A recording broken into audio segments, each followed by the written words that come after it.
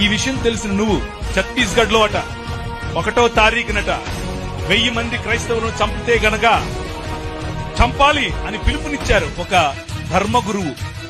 ధర్మ పెదవులు చంపడమే తెలుసు. ఈ రాజు, నీ రాజు, ఈ రాజుకు చంపటం కాదు, రా అని మరణాన్ని ఆలింగనం చేసుకోవటం నేర్పించాడు. హల్లెలూయా. ఏం ఆలింగనం చేసుకోవటం నేర్పించాడు? మరణాన్ని ఆలింగనం చేసుకోవటం నేర్పించాడు. ఎందుకో తెలుసా?